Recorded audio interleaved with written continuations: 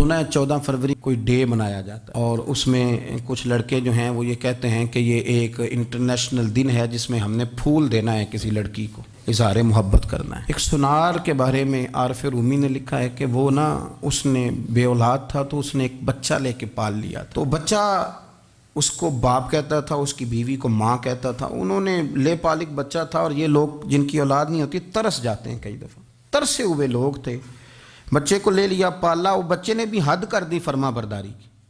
اب وہ جوان ہو گیا اور بڑا خوبصورت جوان ہوا۔ وہ سنار کہتا ہے کہ ساری زندگی میں نے صفائی میں نیکی میں گزار دی۔ ایک دن دکان کے پہ ایک عورت آئی تو وہ کہنے لگی یہ چوڑیاں مجھے خود سے آپ پہنا دیں۔ وہ کہتا ہے میں نے جب اس کا ہاتھ پکڑا تو میرے دل میں غلط خیال آ گیا، میں نے غلط نظریے سے اس کا ہاتھ پکڑا، اور جب میں نے اس کا وہ ہاتھ اس نظریے سے پکڑ لیا، تھام لیا، بہرحال وہ چلی گئی، لیکن وہ میرے ذہن کے اندر ناپاکی آ گئی۔ تو میں گھر گیا تو میری بیوی باہر کھڑی تھی اور رو رہی تھی، تڑپ رہی تھی۔ میں نے اسے کہا کیا ہوا؟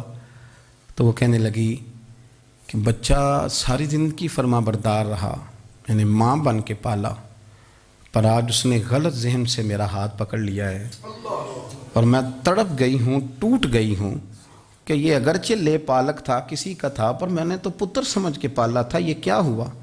وہ کہتا ہے میری چیخ نکل گئی۔ تو میں نے اسے کہا کہ یہ اس کی غلطی نہیں، یہ میری غلطی ہے، میں نے باہر آج نظر گندی کی ہے تو رب نے مجھے سزا دی، یہ مجھے سزا ملی ہے۔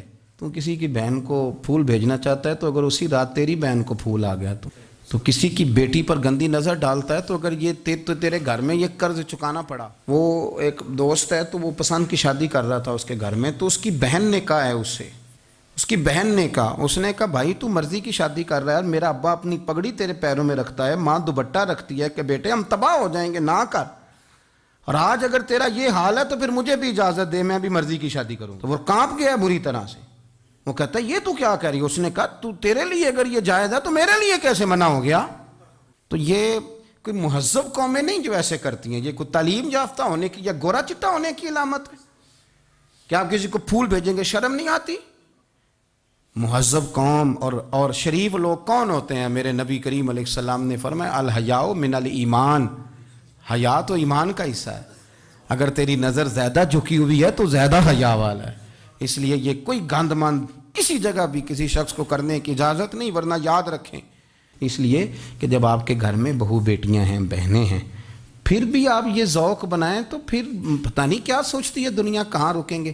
اس لیے یہ ساری رسومات ان لوگوں کی ہیں جو بے حیائی کو پروموٹ کرتے ہیں، اور پھر طرح طرح کے وائرس ان کی زندگیوں میں آتے ہیں، پھر ان کی لاشوں سے تعفن نکلتا ہے، تعفن، اور پھر یہ حال ہوتا ہے کہ وہ دفنانے کے نہیں جلائے جانے کے قابل ہو۔ اللہ سے ڈرے، اللہ ہمارے حال پہ رحم فرمائے۔